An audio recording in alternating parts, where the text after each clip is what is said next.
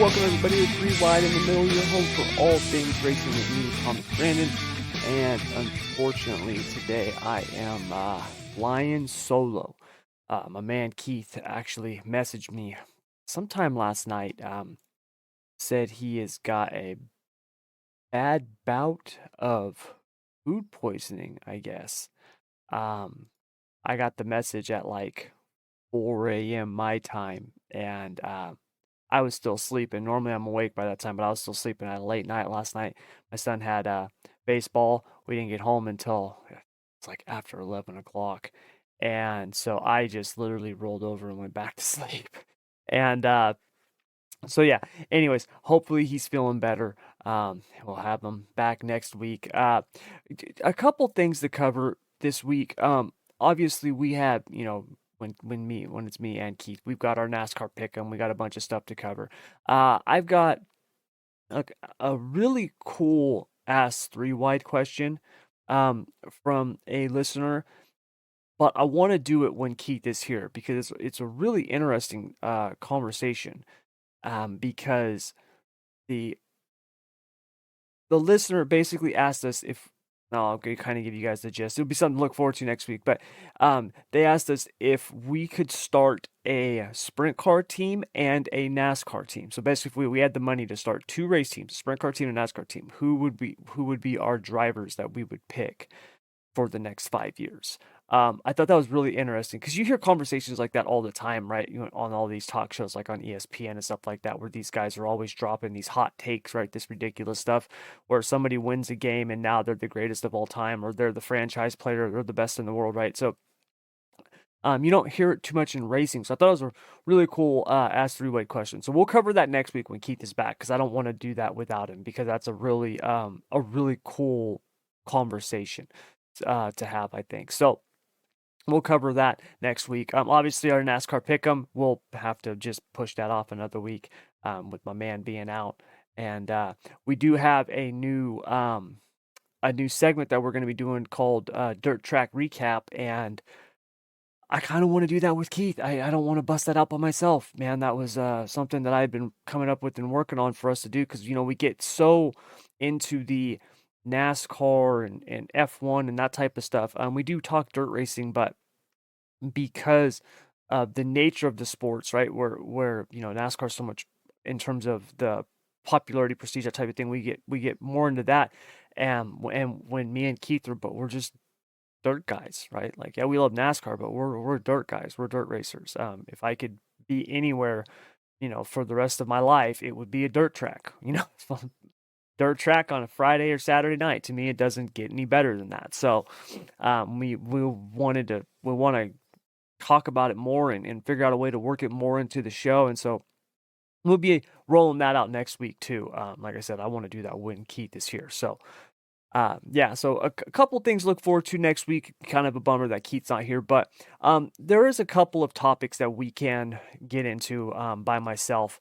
I had a couple of things planned for the Open, and with everything that happened this last week, both at Kansas in the Cup Series, obviously, definitely some stuff happening there, and then the F1 race at Miami, it did open up the opportunities for some pretty interesting topics. And we're going to get to Ross Chastain here in just a minute, okay? Because that conversation is something that obviously I want to have. And to be honest,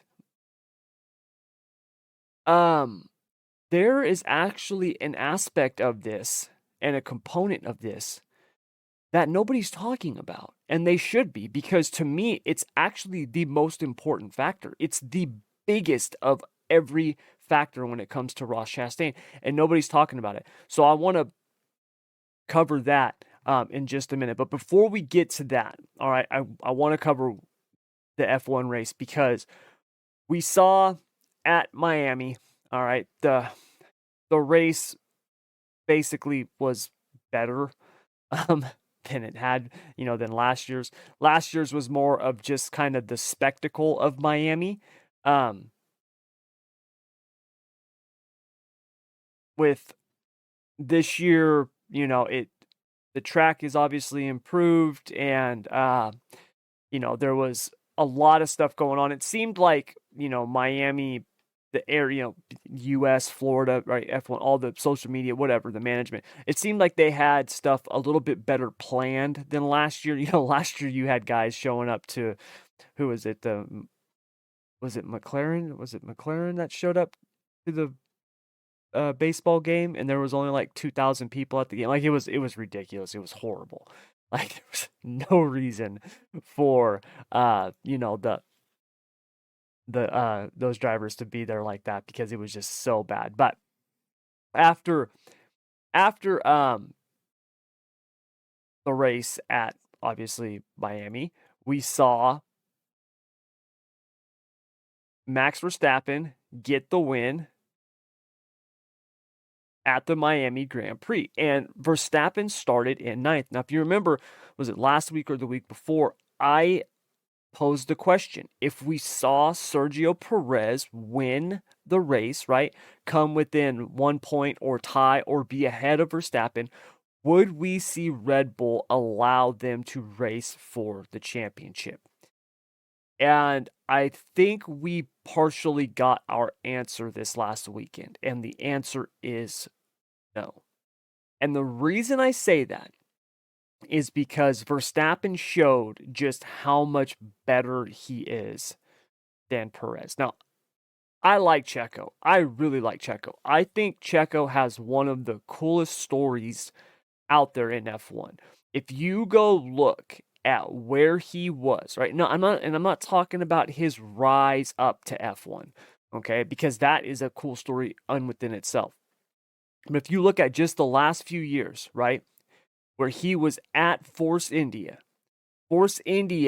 goes into relegation, or whatever the hell it was called, where basically F1 steps in and takes it over, because the owner at the time was wanted in like 12 countries. I mean, he was like wanted in all these different countries. The only place that he could go was, in England. He was going to be extradited and all stuff like this. And he ends up having to sell his F1 team because of these financial crimes that, he had been allegedly committing.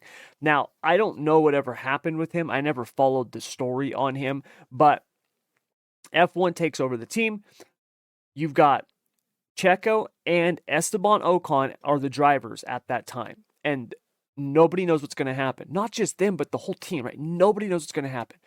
Then Lawrence Stroll comes in. At the time, his son Lance was driving at Williams. Williams was an absolute shell of itself, from their former glory. Claire Williams was running the team at that time. Lawrence Stroll had basically come in, put a bunch of money into Williams to get his son Lance a seat.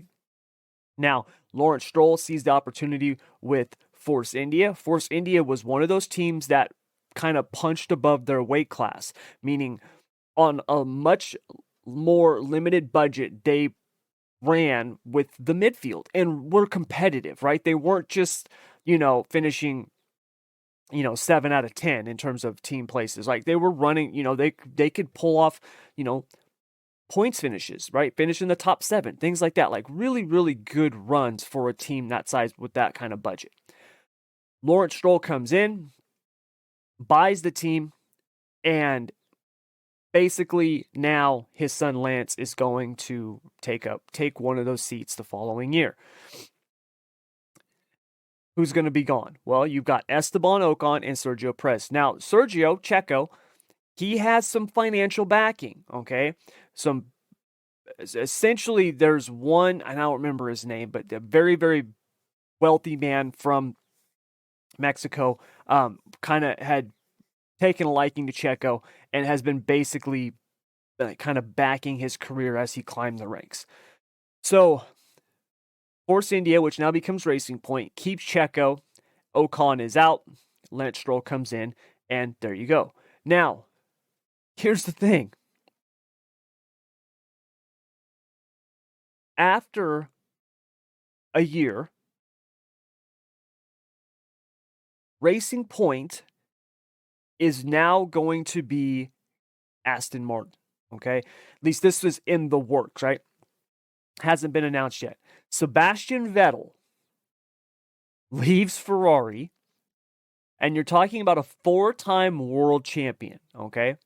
And Lawrence Stroll, if you look at it from Lawrence Stroll's position, right? He's got the opportunity to bring in a 4-time world champion, have him drive next to his son, right? Be his son's teammate, and that way his son can kind of learn from one of the best, okay? Because Seb is an incredible driver. And at this point in his career, he was a really good mentor. So Checo's out. And he don't have a ride.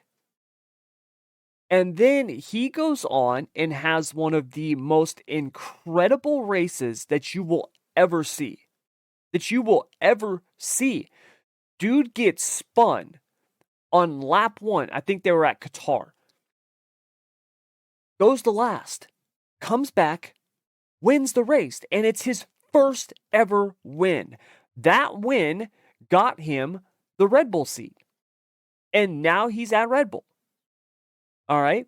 And he's running next to Max Verstappen. He's competing for wins and podiums like he's never competed before. Right? Yes, he got a win at Racing Point and they were, they were on the come up. But he's with a perennial championship level team now. That had never happened for him before. And for the most part, he has taken full advantage of it. There's a lot of drivers out there.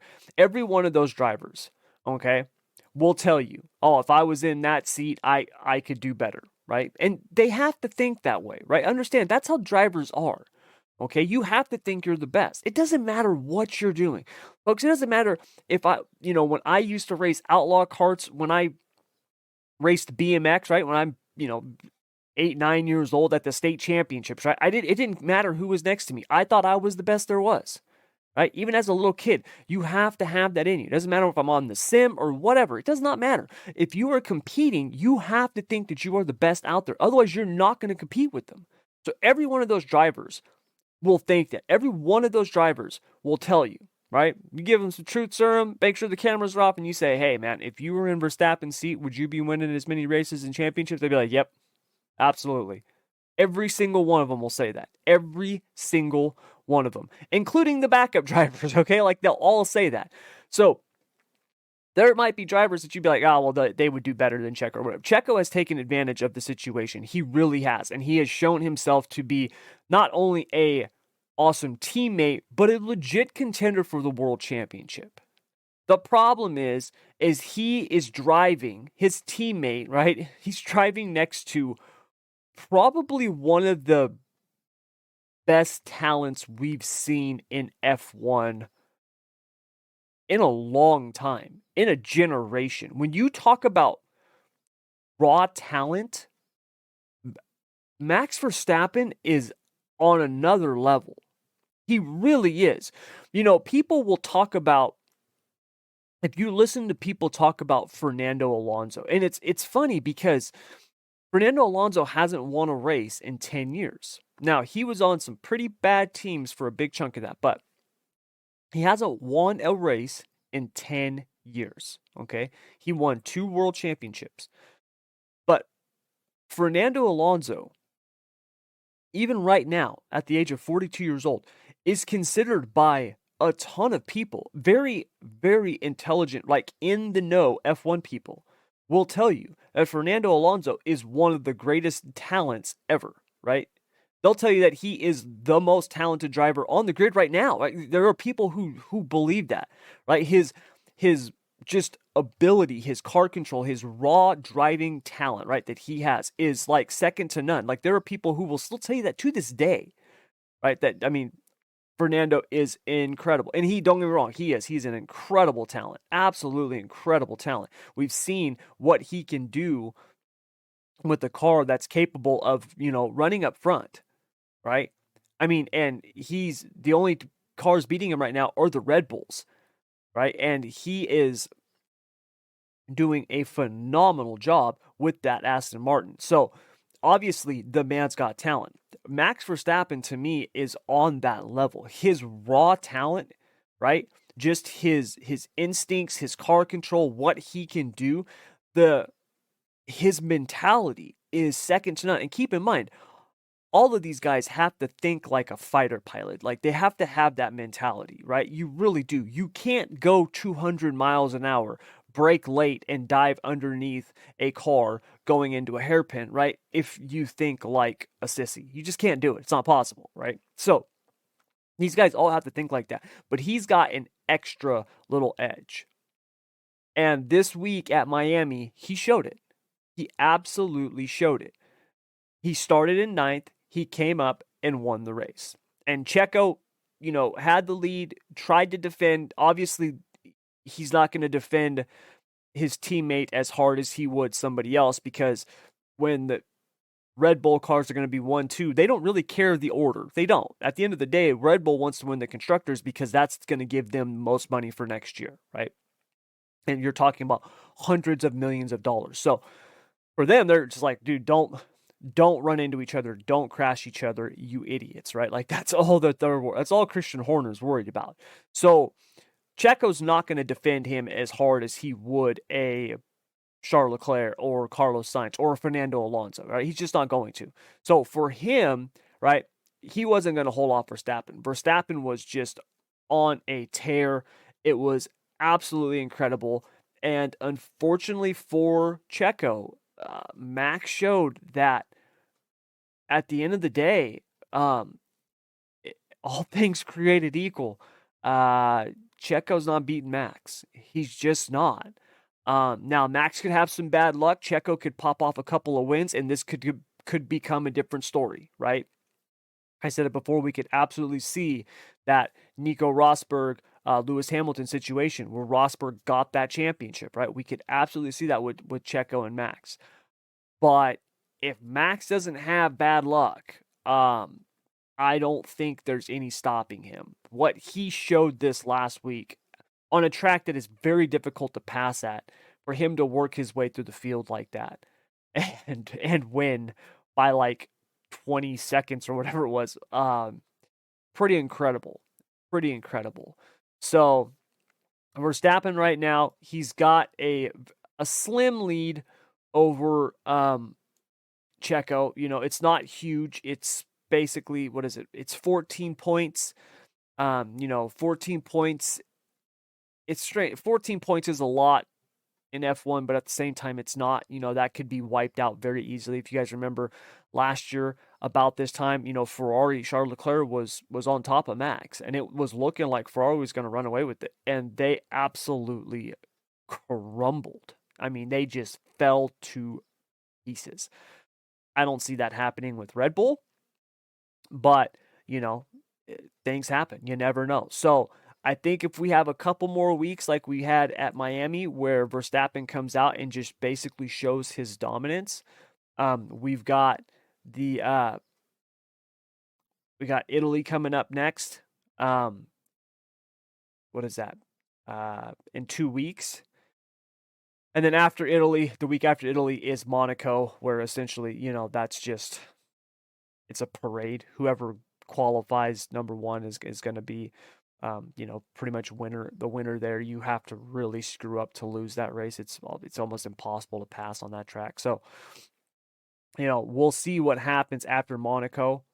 Checo won Monaco last year, but I don't see Checo pulling this off unless Max has not just some bad luck, a lot of bad luck. And even then, he's so good. He's so good that I think he'll overcome it. So, like I said, it's a tough thing because I like Checo. I like him a lot. I also like Max though too. I mean, I like those guys. I like those guys, man. There's a lot of people in F1. F1, I don't have a driver. I kind of root for everybody. All the drivers for the most part I like, for their own reasons. So, I'm hoping for a good championship battle. And if Max doesn't have bad luck, it doesn't look like we're going to be getting that, unfortunately. So, yeah.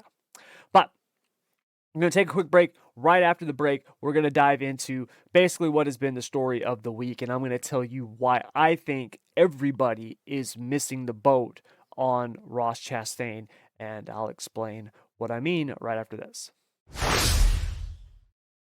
Today's episode is brought to you by Produxa.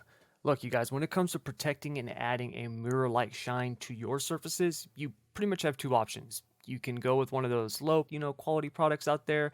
Do the old school, like my parents used to do, use the old dish soap to wash your car, or you can go with Produxa.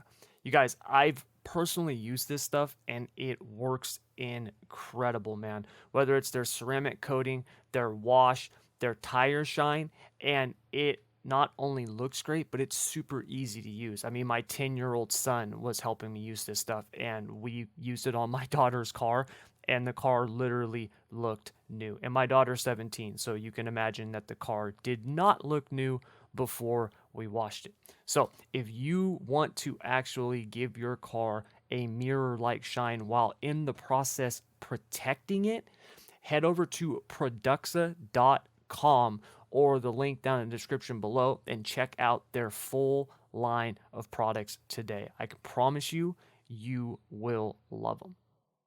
All right, so obviously, the big news of the week is the situation that happened with Ross Chastain and Noah Gragson on pit road. And this week, I broke my rules. And what I mean by that is this. Normally, on a typical week with our podcast, I will not, I have certain racing podcasts that I listen to, but I don't listen to them until after Keith and I record the Three Wide in the Middle podcast. And the reason for that is I don't want anybody else's opinions to sway mine. I don't want them to veer me in a certain direction. I don't want them to change my mind on something, right? I want my thoughts, my point of view, my angles, my whatever you want to look at, however you want to phrase it. I want them to be mine. Okay? That's how I want it to be. I don't want to be taking somebody's premise. I don't want to be taking someone else's idea, and I don't want my point of view to be swayed because, Dale Earnhardt Jr. or because Door Bumper Clear said XYZ, right? I don't want that. So typically on Thursdays, today, the day that I'm recording this, is I will listen to all those podcasts. I've listened to them before this recording this week. And the reason for that is because I started seeing a lot of news and clips, obviously, on this. And I started seeing a lot of people talking about this in a manner where they made a lot of good points, but I thought they were missing the most important point. Okay, and I'll explain what I mean by that in just a moment. But first, the situation, the fight. Okay, we got to talk about this because I have heard some people out there, very popular, influential people, who said that Ross Chastain sucker punched Noah Gragson, that it was a cheap shot. Okay. And if you think that you're wrong and you've never been in a fight, okay, you've never been in a fight, you've never had to defend yourself. Now, folks, I am not some badass fighter. Let's get that shit settled right now. I'm not. My little brother was. He was fighting all the time.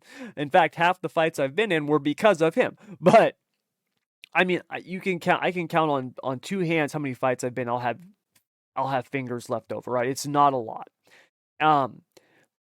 But there's a couple of things that you need to know about fighting. First of all, guys, everybody loves to talk about all the stuff that they would have done, right? You've all heard that's, where you got somebody telling you a story. They're like, yeah, man, this guy, he was trying to break into my car and I ran outside and I said, hey, what are you doing? And he just froze and I froze, and then I grabbed my phone and I said, I'm calling the cops, and then he took off running, right?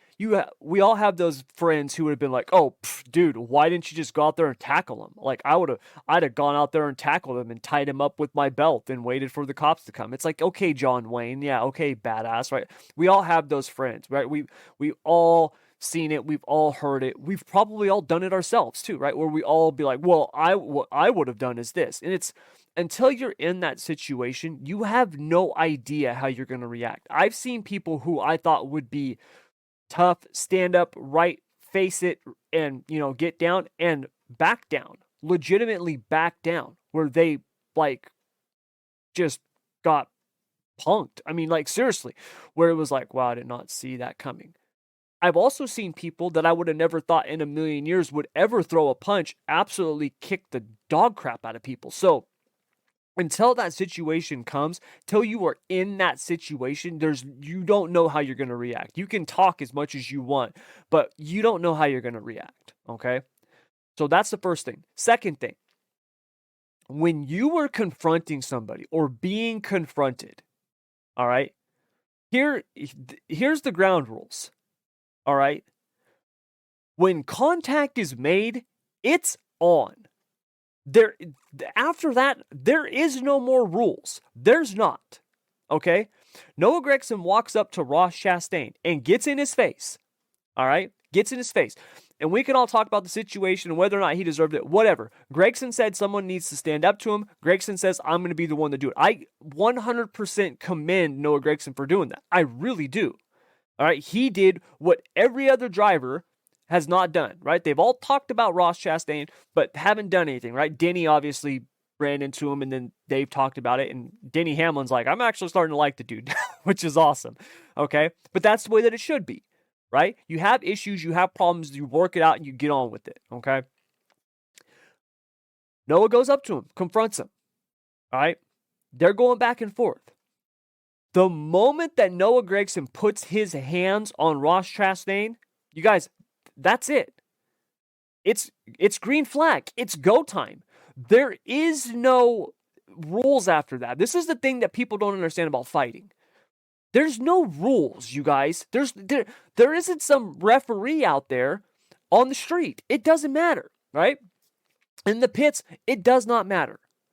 It does not matter. I remember when we were racing go-karts, outlaw karts. And a buddy of mine, David Charter, had gotten into it on the track with this other guy. I don't know who the guy was. At the time, we were young. I mean, we were maybe a year out of high school, 19, maybe 20 years old, right? We were still pretty young. And this dude was a grown man. He was like in his 30s. So they're bumping each other on the track. Well, I'm standing on a big tractor tire at turn 1, which is where the track exit is, where you pull off and you go to the pits.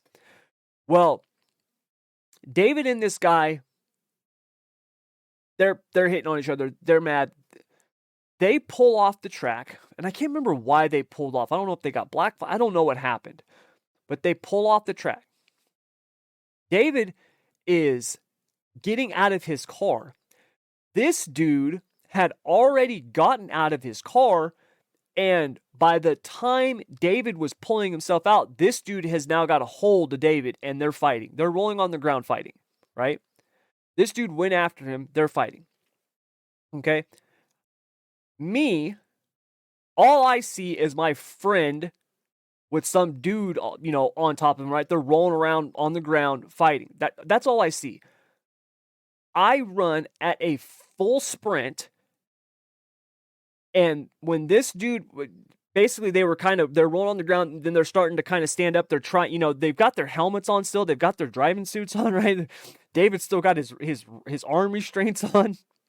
So they're rolling around, and they're starting to get up off the ground. When this dude had basically got up, he got to his feet, I spear tackled him in the rib cage. Is probably as hard as I've ever tackled someone in my life. I mean, I folded this dude.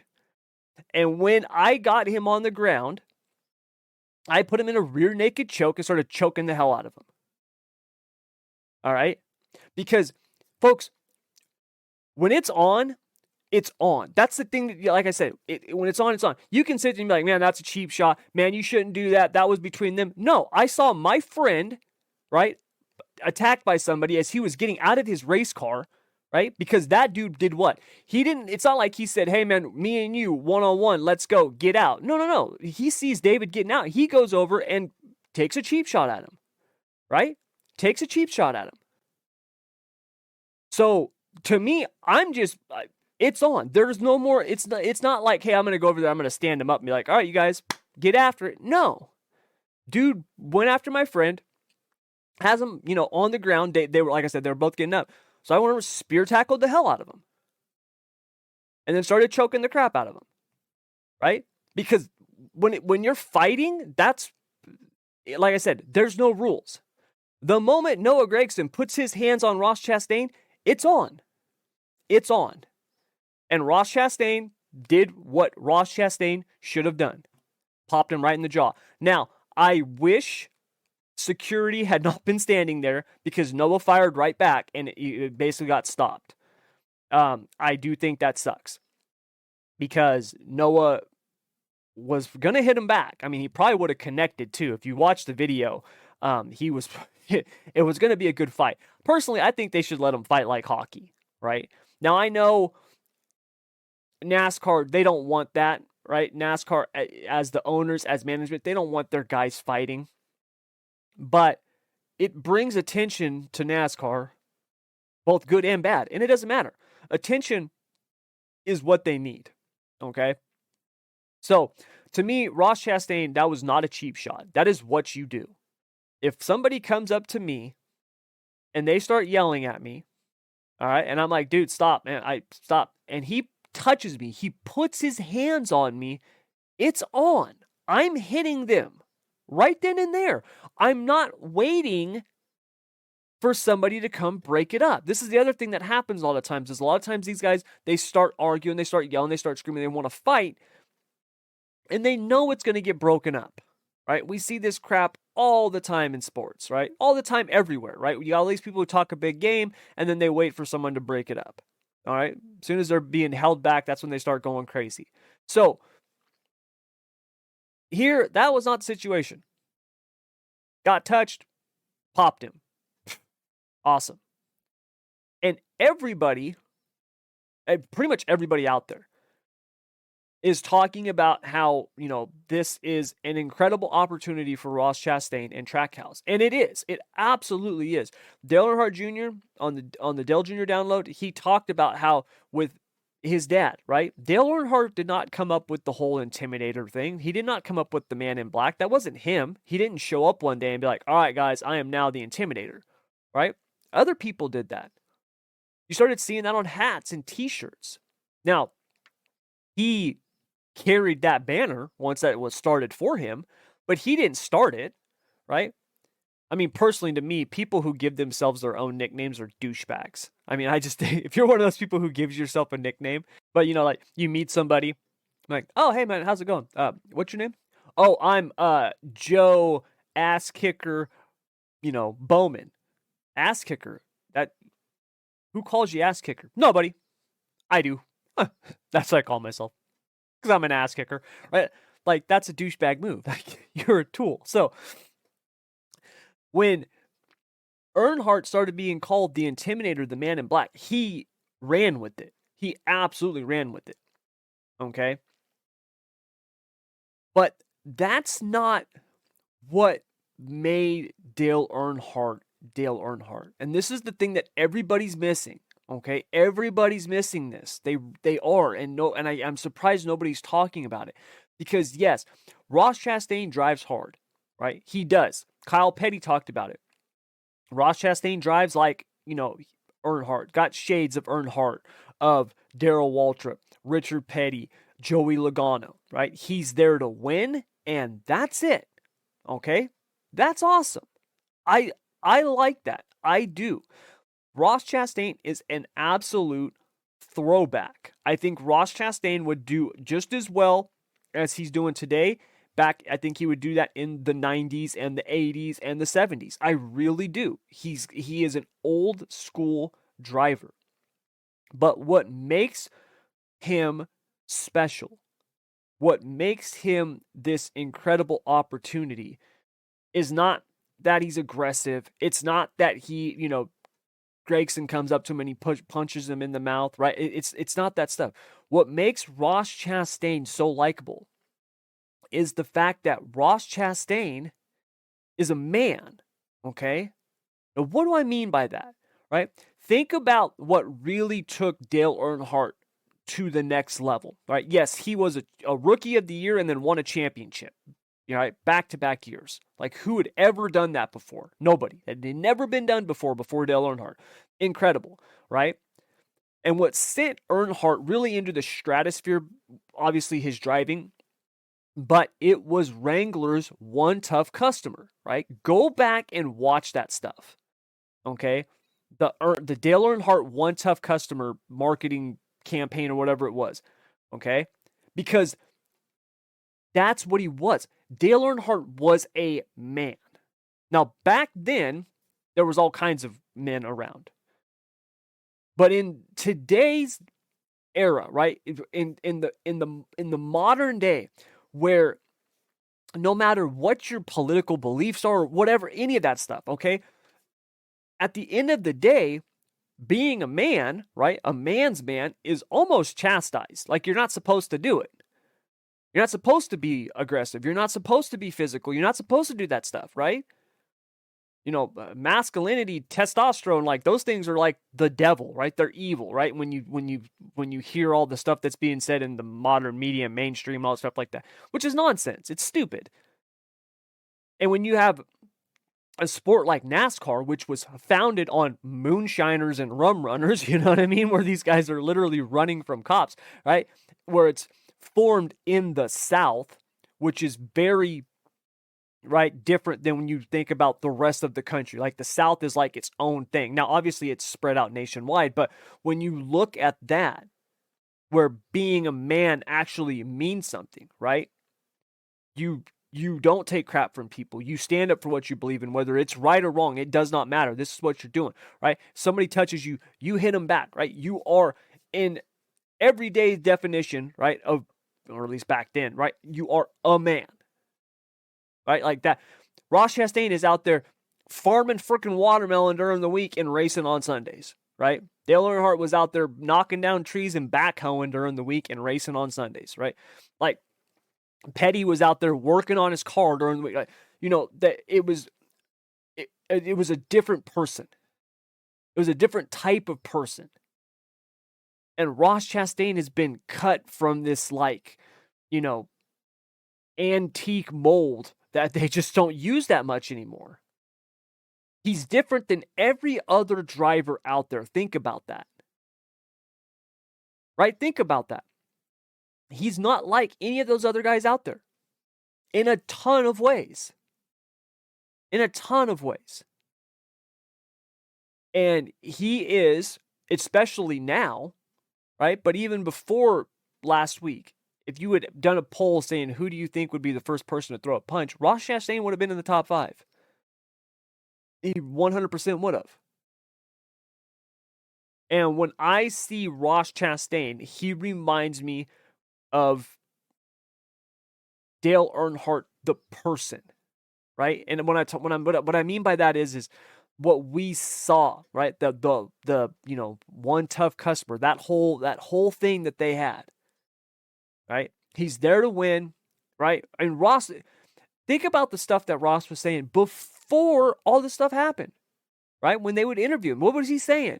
Those guys walk right by me. None of them say anything to me. You know what I mean? That's the thing, is he's not even, it's not like he's a prick about it. It's not like he's an asshole. Like we saw this incident with him and Denny. And they went over, they talked, they got it straightened out. Like men. Like, that's the thing. Like men. That used to really mean something, right? Like, when I was growing up, I was taught, if you've got a problem, you go talk to that person and you get it situated. You handle it, right? You get it figured out. You don't run to Twitter and cry and complain. You don't go to social media and throw a bunch of backhanded jabs at somebody that you don't like. You don't run and tattle on them, You know what I mean? You don't run to the officials and be like, oh my God, Ross Chastain bumped me into the wall. Right? You don't do that. You go settle it yourself. No matter if you are afraid, there was been many a times where I had to go up and confront people where I was like, dude, I'm probably going to get my ass kicked. And guess what? I didn't. There wasn't even a fight, right? Where the issue got worked out. But we don't do that as a society anymore. Kids are taught now that if something happens, you run and tell the teacher, right? You go home and tell your parents, right? Like it's, and I'm not saying that kids need to be out there fighting. That's not what I'm saying. I'm just saying overall, as a society, we have gotten away from this, what Ross Chastain is. We've gotten away from that. And I'm not saying that other drivers in NASCAR are not like that or that they don't have that in them. It's just Ross Chastain shows it week in and week out. And drivers are complaining about him nonstop. And none of them, with the exception of one or two, are doing anything about it. And to me, when I see Ross Chastain, I think of that Wrangler marketing campaign of One Tough Customer with Dale Earnhardt. That's what I think of. I think of a man, right? That's what I think of. I would not worry about being in a foxhole with Ross Chastain. That's a very rare thing to say. You know what I mean? That's a very rare thing to say. Kyle Larson, one of my favorite drivers of all time. I've told you guys this numerous times before. The kid was whooping my ass in outlaw karts, right, when he was like 11, 12 years old, right? Like I was, grown up. I'm 20 and he's beating the crap out of me. I mean, phenomenal driver. One of my favorite drivers. I constantly root for him. But if I was going into a fight, I would not be picking Kyle Larson to stand by my side. I'd pick Ross Chastain, but not Kyle Larson. Right? Doesn't make Kyle Larson bad. Just makes him different. He's a completely different type of person than Ross Chastain. And Ross Chastain right now is really striking a chord with people who miss that old school NASCAR mentality. That bulldog type mentality, which we don't have anymore. It used to be everywhere. Now it's nowhere except for, a handful of drivers. And the one leading that charge is the one car. And I tell you what, they have definitely taken advantage of it. And I hope they capitalize on it even more, because at the end of the day, it's only going to help them and the sport. All right, you guys, so that's going to do it all for this week. Just a couple things, like I said, for me to kind of talk about, go off about, the whole Max Checo thing in F1, and then obviously Ross Chastain and Noah Gragson. Big news, but I wanted to cover that just because, like I said, I've heard people talking about the Ross Chastain stuff. He's constantly being compared to people like Earnhardt and stuff like that, but to me, they were missing the most important aspect of it. That was the most important aspect of it is, he has this quality to him, right? It's like he's just cut from a different cloth. It's not just the attitude, the aggressiveness. It's just like, he's just different in a bunch of really good ways that we've gotten away from in society. And so to me, it's something to be celebrated. I love it. I really do. So hopefully we get to see more. Obviously we got, Darlington coming up, throwback weekend, all that other great stuff. But anyways, you guys, that's going to do it. Thank you very much for joining me. Me and Keith will be back next week. Same time, same place. We'll be back. We got, like I said, a bunch of new stuff that we're going to be doing with the dirt track recap and, all that other stuff. So we'll update our NASCAR pick'em and everything like that. So anyways, that'll be next week, but thank you very much. Please download, like, share, subscribe, all that other stuff that everybody else always talks about. You can find us on any podcasting platform out there, Stitcher, iHeartRadio, obviously Spotify, Apple Podcasts. So leave us a like, rating, and review. Do all that for us, and we will be back next week to do this all over again. So have a good weekend, enjoy the racing, and until next week, take care.